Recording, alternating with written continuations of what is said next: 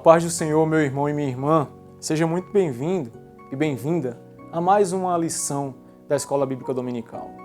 Hoje, nós vamos estudar um tema que eu me atrevo a dizer que é um dos melhores, se não o melhor, para você se fixar nesse trimestre, que é a mordomia da família. Porque as outras mordomias, por exemplo, a do tempo, existem os coaches hoje, que vão te demonstrar como tu domina o teu tempo. Se é com relação às finanças, temos aí especialistas em economia ou em administração. Mas quando chega na família, aí a coisa pega. São poucas as pessoas que dominam a arte de ter uma mordomia familiar. E isso é incrivelmente interessante para nós, imprescindível aos cristãos, sendo que a família ela é o menor núcleo de uma igreja. Ela é a menor célula de uma igreja. Se a família vai mal, pode ter certeza que a igreja vai mal. A igreja enquanto congregação, obviamente. Então nós vamos pegar Josué quando ele diz o seguinte: porém, se vos parecer mal aos vossos olhos servir ao Senhor, escolhei hoje a quem sirvais, porém eu e minha casa serviremos ao Senhor. Nós vamos falar sobre como a família está no plano de Deus, como ela foi instituída. Nós vamos falar também sobre a mordomia na família, como deve ser feito, alguns preceitos cristãos. E nós vamos falar sobre o ataque que a família hoje sofre por conta da sociedade e do mundo, esse sistema global, esse sistema mundial que está instaurado. Quando nós vamos ver o plano de Deus para a família, Deus institui, Ele cria o homem. E por que isso é tão interessante? A ciência hoje tenta comprovar que Deus não existe. Nada foi como a Bíblia fala. Então, quando nós pegamos a criação, desde o mundo ex nihilo, do nada, até o homem que foi formado do barro, demonstra um Criador. Esse Criador é Deus, obviamente. Deus este que o mundo é contra. Então, a família começa desse estudo da criação. Depois de um homem criado e o homem percebendo que não tinha para ele um ser que fosse igual a ele, Deus cria a mulher. Tira da costela de Adão e forma Eva. E diz que eles dois seriam uma só carne. Muitas pessoas acham que esse uma só carne só diz respeito à questão de junção carnal. Certo, também é usado para junção carnal. Mas isso tem um cunho espiritual também. Quando o casal ele se une em Deus, eles são um em espírito também, em vontade, em força de agir. Eles pensam em comum acordo. Eles querem ir para o mesmo lugar. Então, ele forma desta maneira. Depois, quando o casal já está formado, e aí surge a família. Porque Deus diz, crescei, multiplicai, enchei a terra. Então, essa ordem do Senhor demonstra que a família é o plano dele, certo? Isso é indissolúvel, tá bom? Então, as pessoas hoje, do mundo aí fora, criam um conceito de família diferente do conceito de família tradicional. Não é à toa que a nossa ministra de Direitos Humanos, Família e da Mulher, a ministra Damares, tem sofrido vários bombardeios e vários assassinatos de reputação, porque ela tem isso na sua mente e aplica isso no seu dia a dia, que é justamente mostrar o conceito de família tal qual ele é. Várias e várias discussões no campo, principalmente hoje ideológico e político, visam destruir a família. Por isso que é tão interessante você, neste domingo, parar um pouquinho e estudar. E não só estudar, mas aplicar no seu dia a dia. Quando nós saímos do conceito de Deus tendo um plano na criação, nós vamos entrar em alguns preceitos disso. Porque Deus ele estabelece regras, tá bom? Então, a primeira regra é como está dito no ponto 1. Eu vou ler porque eu gostei tanto dessa que eu vou ser bem textual. Ele vai falar sobre o princípio da monogamia. O princípio da monogamia não é simplesmente o homem e a mulher no quesito carnal, novamente, mas é também no sentido mental, psicológico, da sua saúde física e espiritual. Quando o homem sai do conceito de monogamia, ele parte para várias outras coisas, certo? Que vai desde bigamia, zoofilia, necrofilia, pedofilia. Os homens que são viciados em pornografia, por exemplo, eles tendem muito a ir fora do padrão que Deus exige. Ou seja, a mentalidade do homem tem que ser moldada a um conceito bem tradicional de família, que é o conceito bíblico. Tá? Quando nós saímos da monogamia, nós vamos para outro conceito que também é muito, mas muito criticado hoje, que é o conceito da heterossexualidade. O casal ele tem que ser monogâmico e heterossexual.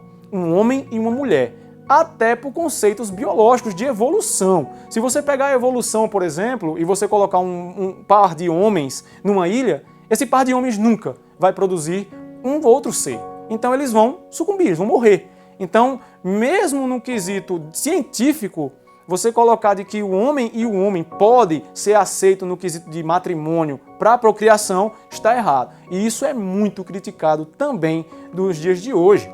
Quando nós vemos o conceito de heterossexualidade e as pessoas hoje, o mundo, né, ele prega justamente o chamado poliamor.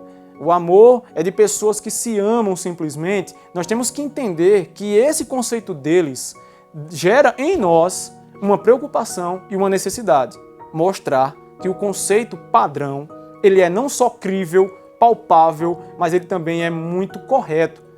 O grande ponto hoje é que as pessoas desvirtuaram o conceito de família. Então, por conta dessa desvirtuação, né, é que o mundo está do jeito que está. Não é à toa que Satanás ele tem investido muito nas famílias. Ele tenta pegar pelo menos, de um ciclo familiar para fazer com que aquela família tenha problemas. O que não é difícil de ver problema em família na Bíblia, não é? Vamos lá. O conceito da heterossexualidade passa e aí nós vamos para o segundo ponto. Esse aqui é interessante porque nos diz respeito propriamente como congregação. Diz que a família ela tem que ser prioridade na vida do servo. Por que isso é tão interessante de falar? Porque muitas vezes as pessoas, alguns homens, algumas mulheres em casa, e às vezes alguns pastores, eu achei interessante porque ele falou a palavra pastores, eles mudam, eles alteram a hierarquia familiar. E o que é que deve ser? Deus, a vida da pessoa, o cônjuge, os filhos e a igreja. Sendo que é invertido isso. Às vezes as pessoas trocam a sua família pela igreja. E acabam que perdem a família e perdem a igreja. Não adianta nada você ganhar o mundo todo se você está perdendo a sua casa. Né? A pessoa que toma mais conta dos de fora do que os de dentro, ele é indigno, é pior do que um ímpio.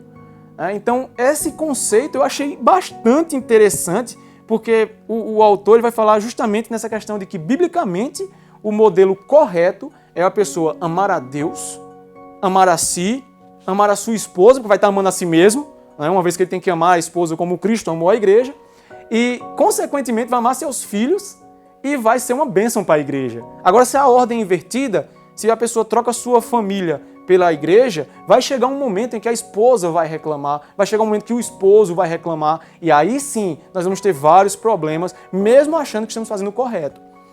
Nós vamos ver o relacionamento entre pais e filhos, esse aqui eu também achei muito propício, porque às vezes os pais são um na igreja e um em casa.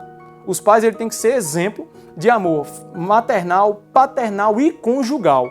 Os pais não têm o costume de fazer cultos em casa, por exemplo. Na casa do meu pai, onde eu fui criado, a gente fazia cultos no final da tarde.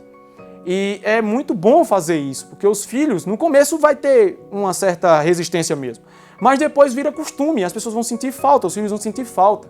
Se os filhos não veem um amor entre pai e mãe, eles vão ter um conceito errado de pai e mãe, vão ter um conceito errado de família. E às vezes você pode estar se perguntando por que a sua família deve estar com problemas e você não sabe o que é. Olhe para dentro de si, veja se você é um bom pai, olhe se você é uma boa mãe. E aí sim, você vai ver se os seus filhos estão sendo reflexo de vocês ou não. Nós somos depravados por natureza, nós carecemos da graça de Deus. Então, se mesmo assim, dentro de uma congregação, nós não aprendemos que a nossa família tem que ser uma bênção para a congregação, né? O que é que nós estamos fazendo na igreja? Então, esse relacionamento familiar é essencial para a vida da igreja. E o último ponto é justamente o ataque que a família está sofrendo, né? Primeiro no campo material, em que as pessoas colocam uma vida perfeita, né? Tem que ter o melhor carro, tem que ter a melhor casa. Minha avó dizia que quando a fome entra pela porta, o amor sai pela janela. Já Cristo diz o contrário, o amor é eterno, ele é indissolúvel, tem que ser assim. Tá? Então esse é o primeiro perigo. O segundo ataque é justamente a famigerada ideologia de gênero, que a família hoje sofre muito. Os filhos às vezes não entendem o que eles são ainda enquanto indivíduo e o mundo vai lá e tenta trazê-los para si, né? Dizer, não, você tem um relacionamento com o seu amiguinho, você pode amá-lo assim como sua mãe ama seu pai. Então nós temos que ensinar isso aos nossos filhos, não temos que fechar a mente, né, para certos tipos de conversa que nós temos que ter em casa, para que o mundo aí não ensine os nossos filhos. E por último, o ataque a Deus e à ciência. Quando você coloca de que a heterossexualidade é uma balela, você já tira daí o conceito biológico das coisas. Se homem não nasce homem, mulher não nasce mulher, os cromossomos já não existem, a biologia pode ser lançada por terra. Então perceba como um estudo sobre família é essencial para que a sua família seja uma bênção. E aí nós temos uma responsabilidade, estudarmos com afinco, orarmos e nos entregarmos ao Senhor. Se você em casa, aí, ainda não tem o hábito de ler, leia. Leia muito, porque os ímpios aí fora leem. Então se você não lê como pai, se você não lê como mãe, seus filhos nunca vão ler. E aí não passa no Enem, não passa em nada, e você não vai saber por que é. É porque simplesmente eles são espelhos de você. Então vamos abrir os nossos olhos, porque o inimigo está como um leão, buscando a quem possa tragar. E os filhos das trevas são mais prudentes do que os filhos da luz. Então sejamos prudentes enquanto filhos da luz. Essa é a mensagem que essa lição teve para mim. Eu amei estudar essa lição e eu espero que você ame aí em casa e na igreja também.